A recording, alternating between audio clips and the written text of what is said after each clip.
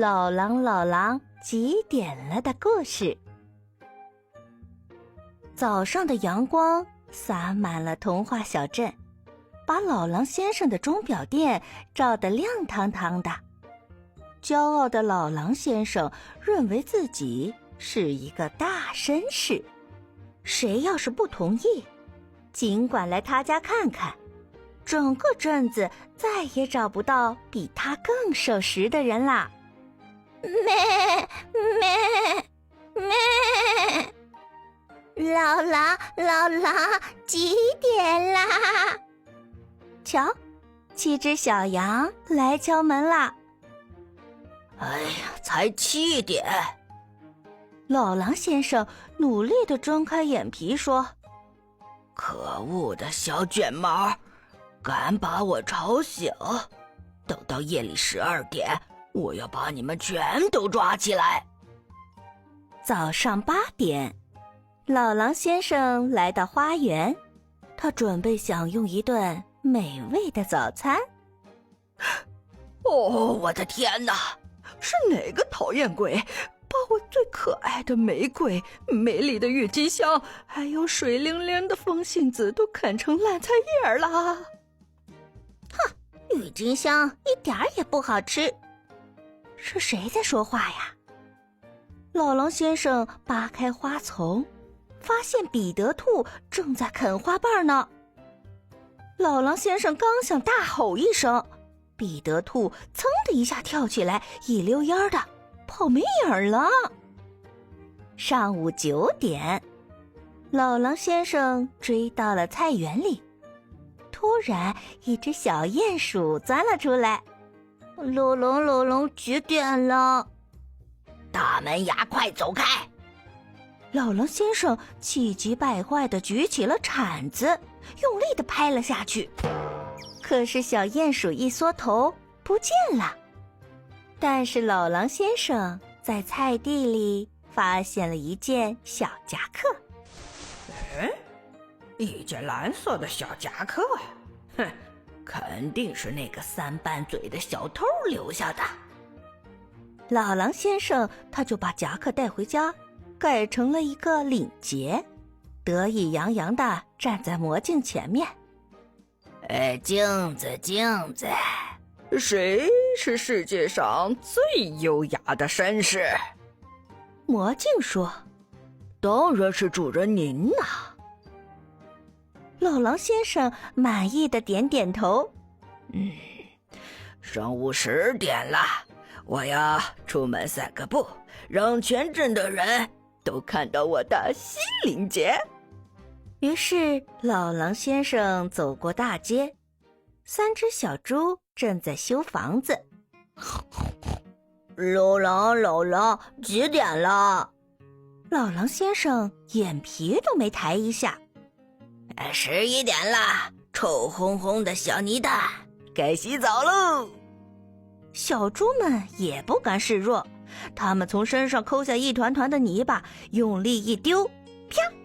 老狼先生帅气的长脸立刻变成了大花脸啦。老狼先生狼狈地跑到河边，拼命地擦呀抹呀，整整洗到了中午12点。嘎嘎嘎，老狼，几点啦？丑小鸭从河对岸游了过来。哎，你怎么变得比我还丑啦？这下可把老狼先生给气坏了。臭鸭子，你等着，等到夜里12点，我要把你抓起来。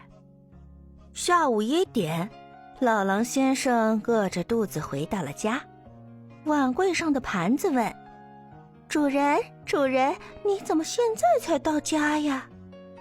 老狼先生气呼呼地说：今天被那些捣蛋鬼折腾得够呛，我要大吃一顿才能解气。老狼先生打开冰箱一看，空了。饥肠辘辘的老狼先生只好叫了小飞侠外卖。没过一会儿，小飞侠就提着篮子来敲门了。可老狼先生一点儿也不满意。